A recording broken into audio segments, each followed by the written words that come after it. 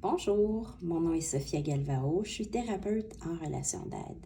Il y a quelques années, j'ai eu une leucémie lymphoblastique aiguë et j'ai dû faire face à une greffe de moelle osseuse, donc un cancer de sang. Ce fut un moment très difficile dans ma vie, un parcours pas évident où on n'a pas de mode d'emploi, qu'on doit s'adapter à ce qu'on nous annonce, à des surprises, à des succès, à des échecs. J'ai, quelques années plus tard,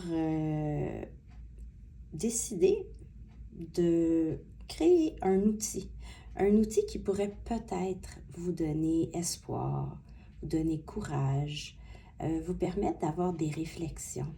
Alors cet outil s'appelle Ma traversée du cancer. En fait, j'ai créé 3 boîtiers.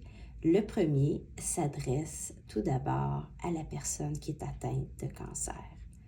Alors dans ce boîtier, vous pouvez retrouver les cartes suivantes. Ce sont des cartes qui parlent des peurs, des incertitudes, de la colère, l'injustice, de la tristesse, de la perte, de l'isolement, de la vulnérabilité, des complexités qui peuvent y avoir, l'ambivalence parfois dans les émotions, les sensibilités transversales, l'espoir et la résilience.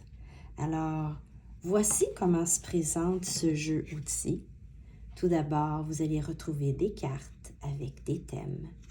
En tournant la carte, par exemple celle-ci, la peur de la mort m'envahit comme une vague imprévisible à laquelle je ne suis pas préparée. Alors on peut avoir des pensées qui peuvent être difficiles et je vous amène à une pensée qui peut adoucir votre parcours. Je peux me rappeler que chaque instant vécu est déjà une victoire. Alors, oui, bien sûr, quand on entend parler de cancer, on pense inévitablement à la mort.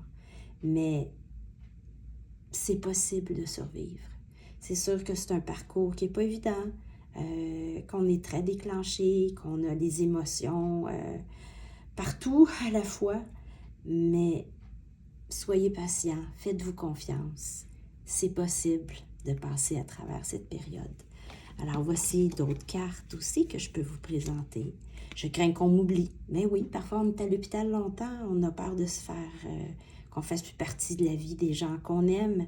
Mais on peut aussi choisir de transformer cette pensée négative en pensée positive. Je peux me rappeler les relations authentiques qui me nourrissent et me soutiennent, donc revenir dans l'ici et maintenant.